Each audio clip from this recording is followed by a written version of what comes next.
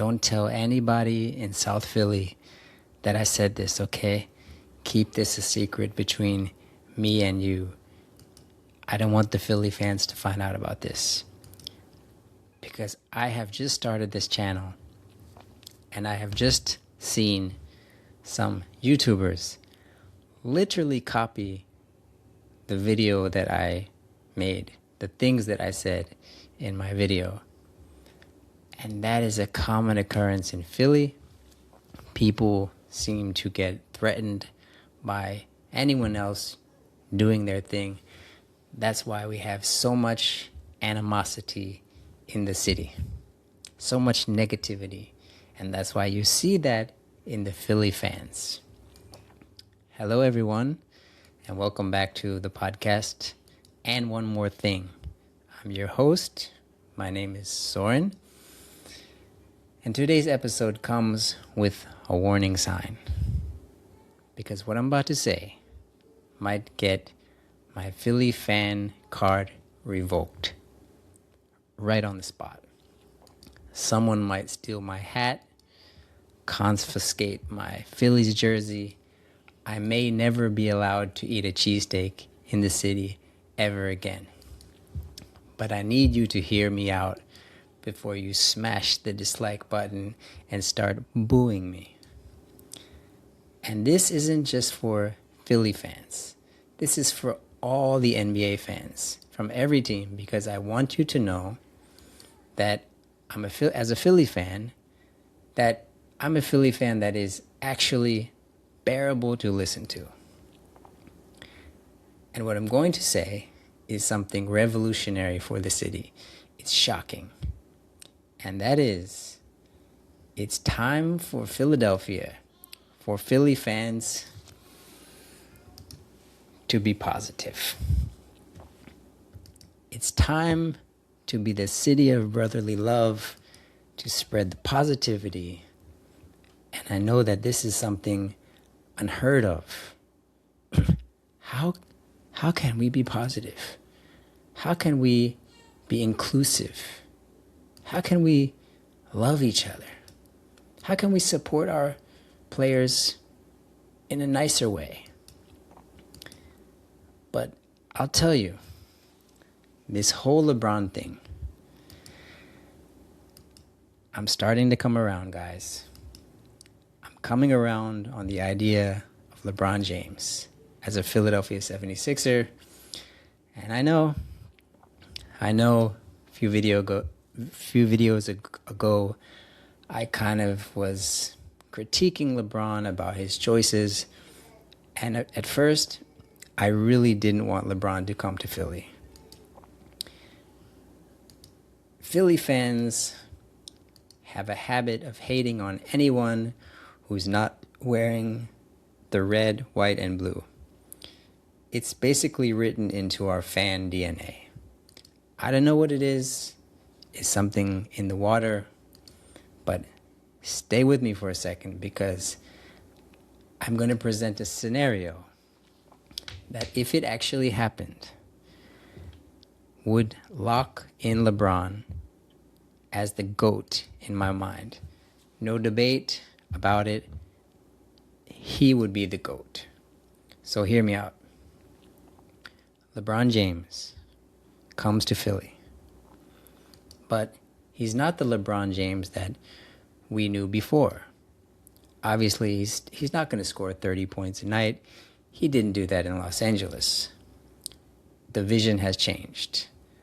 I'm talking about LeBron now as a player coach, running the point guard like he always does, but now like a true blue point guard, the floor general, distributing the ball, including everyone, setting the tone, the pace, and most importantly, and this thing is not to be overlooked, managing the egos, the fire that's in that locker room, because Lord knows, and in that city, also managing the fans, the media,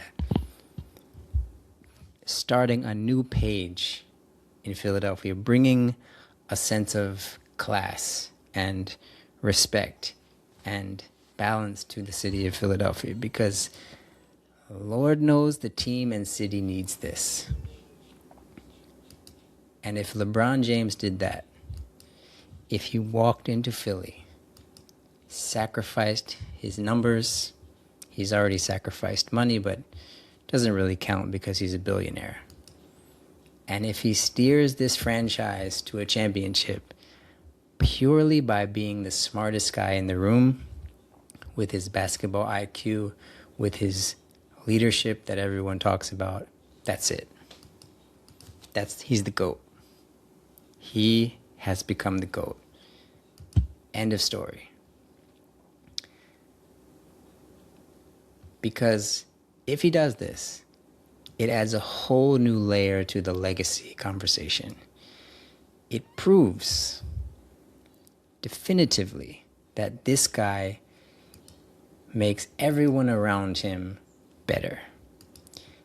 Even when his athleticism starts fading at the end of his career, he's 43 years old.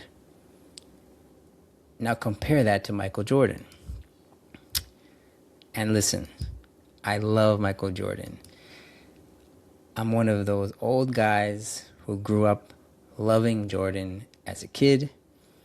And the youngsters, the LeBron fans, will never be able to change our minds. You're just not going to change our minds. We will always think there's no replacing Jordan. You can call it brainwashing, but if you know, you know. You had to see Michael Jordan in his prime. But anyway, enough about that. You just had to see Michael Jordan in real time, I'm telling you. But from your perspective, we are just old unks who have not been able to evolve. And LeBron James is simply the GOAT. Look at the numbers. Look at the advanced metrics, the stats, blah, blah, blah, the spreadsheet, and we can go to Microsoft Excel. Okay. Agree to disagree, right? So this conversation is untouchable in a lot of ways, but let's be honest about the Wizards' years. Jordan can't operate without being the man. It's just not in his DNA. He has to be the man. And he didn't have the mindset to step back and be a facilitator, use his basketball acumen to make his team better. LeBron James absolutely does. And that's the key difference. I know some of you will say, but LeBron has always done that. What are you talking about? I know that. But in this case, let's say the last year or two of his career, with this specific project that he's undertaking in Philly, coming to a place that has been processing for like 15 years. It's like a failed process. This kind of puzzle that he's walking into adds a whole new layer of leadership if he's able to figure it out. If he can lead this team to make them play together and bring the city of Philadelphia an NBA championship, I'm in. And I will admit it on this channel, LeBron James would be the greatest of all time. He'd be the GOAT. I'm even willing to shave my head and my eyebrows.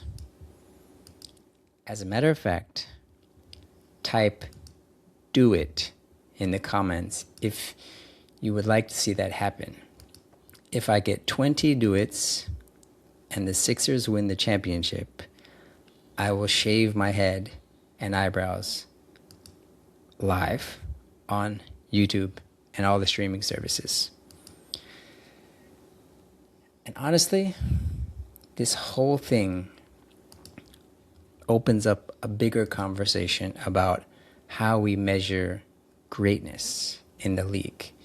Because if we're talking about greatness through the lens of winning and making your team better, this leads me to a slightly different topic or conversation. And I just think about James Harden and Russell Westbrook. Why do I say that? I'll just say it. They are two of the most overrated players in NBA history. Why? Because basketball runs on chemistry. And that's my whole point about this LeBron thing. And this is the whole point of all these advanced metrics and analytics and stuff. We're getting away from the essence of basketball, which, by the way, the Knicks have proved by winning the championship. They proved that team chemistry matters. Chemistry matters. That should be a t-shirt. Not just the box scores. James Harden and Russell Westbrook put up like video game numbers. In fact, they're probably like my favorite players to play with. Russell Westbrook was such an awesome player to play with in NBA 2K. They're like 2K players. MVP caliber, unbelievable stats, like triple doubles. Harden's scoring was effortless in his prime. But that style of play that they play, it just drains everyone. Like, it drains the coaches, it drains the locker room, it even drains the fans. Like true fans that want to see their team win. And that's the definition of me first basketball. And people say like James Harden changed the game with his dribbling. That's true. But it also created this kind of like me first basketball. And to be honest, that kind of basketball never wins in the Olympics. That's why the Team USA often doesn't win, because they have too many me first guys. James Harden has not only never won a championship or even came close, but he is a certified choke artist. And it just baffles me that every single time James Harden gets to the playoffs, somehow we just forget the last 15 years. Like, he is a choke artist. You cannot depend on him. He's choked consistently in the playoffs. And I'm not saying all this to be like, I'm not a James Harden hater. Maybe some of you are James Harden fans. Don't get me wrong. I love his beard. The beard is awesome. And his personality is, I like it. He's cool, he's mysterious, he's intelligent.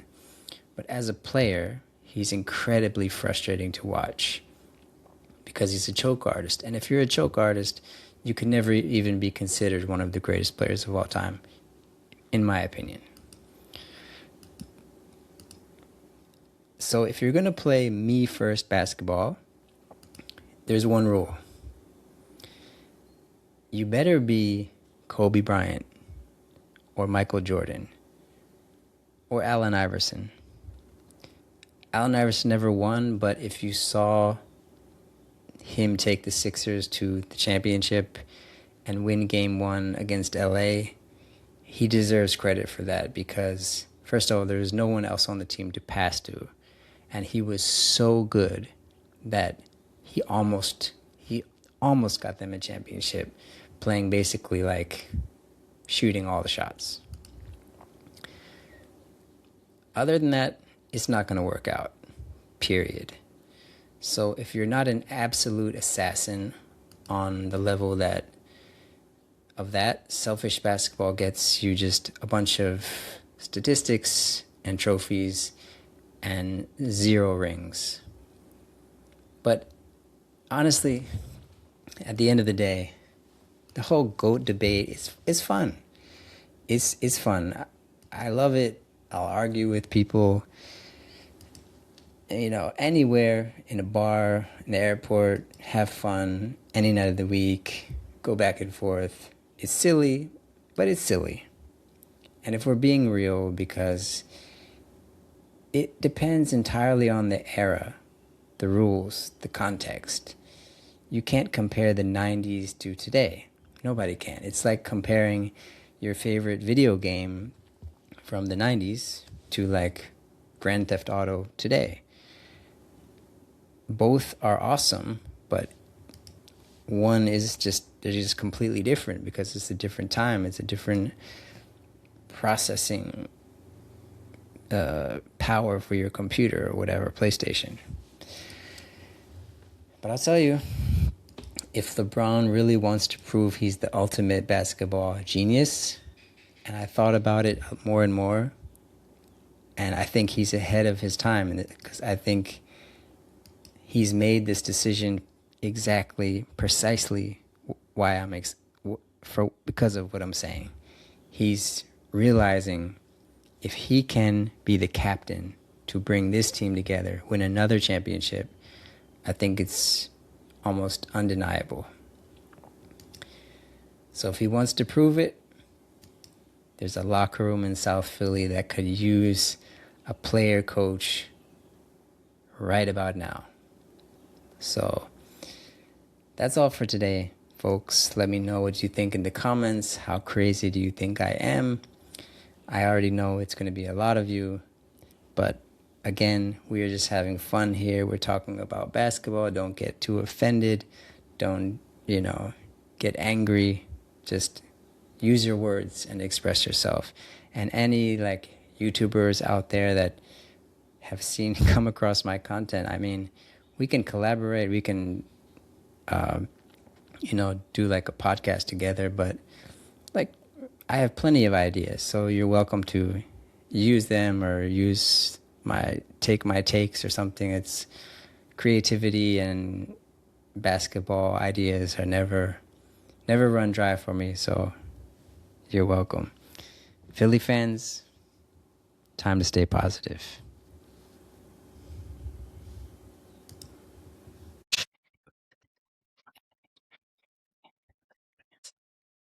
It's shocking. And that is, it's time for Philadelphia, for Philly fans to be positive. It's time to be the city of brotherly love, to spread the positivity. And I know that this is something unheard of. How can we be positive? How can we be inclusive? How can we love each other? How can we support our players in a nicer way?